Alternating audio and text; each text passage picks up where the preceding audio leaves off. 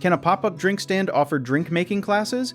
Yes, a pop-up drink stand can absolutely offer drink-making classes as long as you get the right permits, and if alcohol is involved, you follow your local alcohol service rules too. Think of your pop-up stand like a little classroom on wheels. Instead of just handing someone a lemonade or a mocktail, you let them make it themselves while you guide them step by step. This works great for things like coffee, boba tea, smoothies, or fancy mocktails, and it turns a 5-minute purchase into a 15 or 20-minute experience people remember. Here is something most people do not think about. Health departments often treat teaching classes differently than just selling drinks, so you may need a separate temporary event permit or food handler class add-on, even if your regular stand is already licensed. Another neat trick is charging for the experience itself, not just the drink, so you might charge $25 for a class that includes 3 drinks, which feels like way more value than buying 3 drinks separately.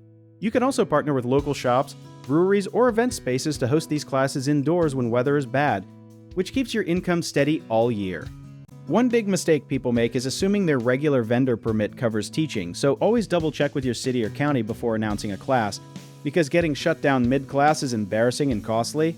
Another thing to watch for is liability, since people are now handling hot liquids, blenders, or sharp tools themselves, so get a simple liability waiver signed before class starts to protect yourself. Lastly, do not overcrowd your classes just to make more money, because 6 to 8 people is usually the sweet spot for hands-on learning, and cramming in 20 people turns it into a lecture nobody enjoys.